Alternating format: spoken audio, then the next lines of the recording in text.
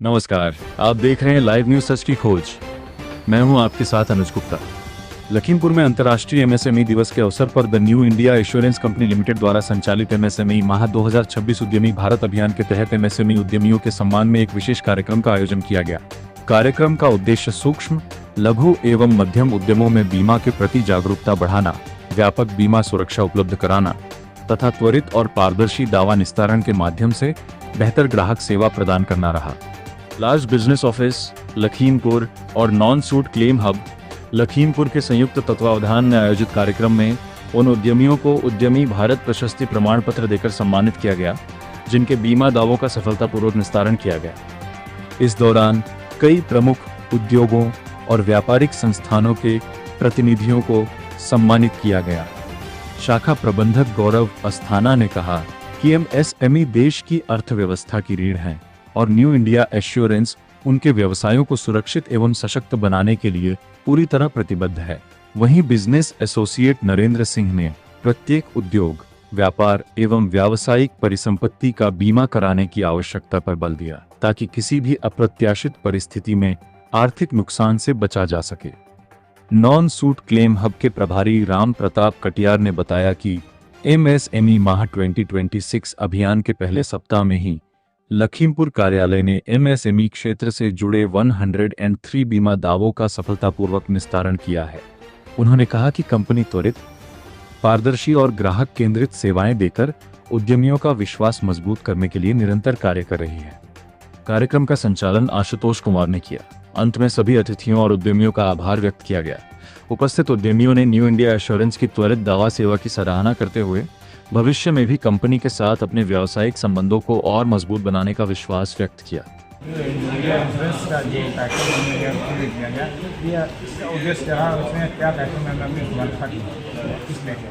India assurance ने आज वित्त मंत्रालय के तत्वाधान में एक बिजनेस ड्राइव 1 महीने की आयोजित की गई है, जिसके उपलक्ष्य में सभी एमएसएमईज के साथ हम लोगों ने मीटिंग की, जिसमें बाकी कैसे जो है वो बीमा बढ़ाए, कैसे मैन्युफैक्चरिंग इंडस्ट्रीज आगे ग्रो करें और हम लोग उससे सारे बीमा बना सकते हैं।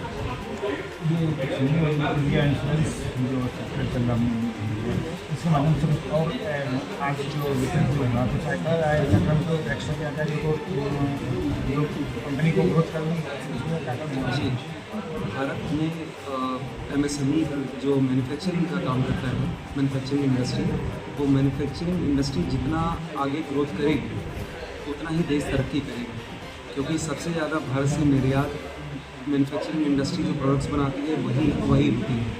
और जो हमारा जो हम यहाँ पे कंज्यूम करते हैं आइटम, जो भी प्रोडक्ट्स हैं, आइटम्स हैं, वो भी मैन्युफैक्चर एमएसएमई जो बनाते हैं वो, तो एमएसएमई जितना बढ़ेगा भारत उतना तरक्की करेगा और इंश्योरेंस सेक्टर्स भी उनको प्रोटेक्ट करेगा। इंश्योरेंस कंपनियों का भी जो है वो ग्रोथ होगा, क्योंकि वो लोग अपनी प्रॉपर्टी इंश्योरेंस, फायर इंश्योरेंस या फिर जो कर्मचारी वहाँ पे काम करते हैं उनका हेल्थ इंश्योरेंस या उनका वर्कमैन कंपनसेशन का इंश्योरेंस, ये सारा हमसे कराएंगे और वो हम सारा जो है वो प्रोटेक्शन उनको इस तरीके से प्रोवाइड करेंगे, तो देश पूरी तरीके से देश में तरक्की करेगा। इंश्योरेंस सेक्टर का जब देखा जाए तो बहुत सी कंपनियाँ LIC कंपनियाँ हैं, बहुत सी कंपटीशन हर सेक्टर में है।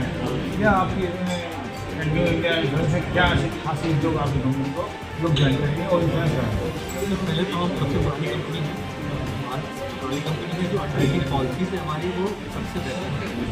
हम जो भी चीज़ें राइट करते हैं उनके साथ में राइट करते हैं कि जो कस्टमर की क्वालिटी है उस हिसाब से कम्पिटिटिव प्रीमियम है हमारे साथ में, क्लेम सेटलमेंट रेशो हमारा जितने भी कंपनी सबसे बेहतर है। तो जो इंश्योर को चाहिए होता है proper underwriting, proper claim settlement और कुछ प्रॉपर क्लेम सर्विस होती है वो, तो वो सब चीज़ें प्रोवाइड करते हैं।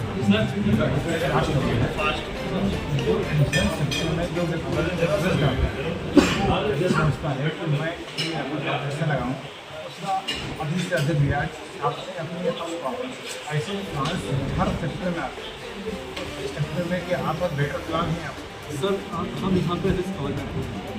यहाँ पर जो बैंक की तरफ से या और अदर जो इंश्योर हैं उनकी तरफ से हमारे पास बेहतर प्लान नहीं होते हैं। हम सिर्फ रिस्क को कवर करते हैं कि अगर कुछ भी हानि होती है इंश्योरेंस इंश्योर्ड की, तो वो उसको मॉडिफाई करते हैं ताकि उसका जो व्यवसाय है जल्द से जल्द शुरू हो जाए। तो उसमें हमारे रवि ट्रांसफर इस हिसाब से मुख्य टीआरपी है कि हम लोग बीमा जो है एक आम आदमी इसीलिए कराता है कि विपत्ति में इंश्योरेंस कंपनी उसके साथ खड़ी हो।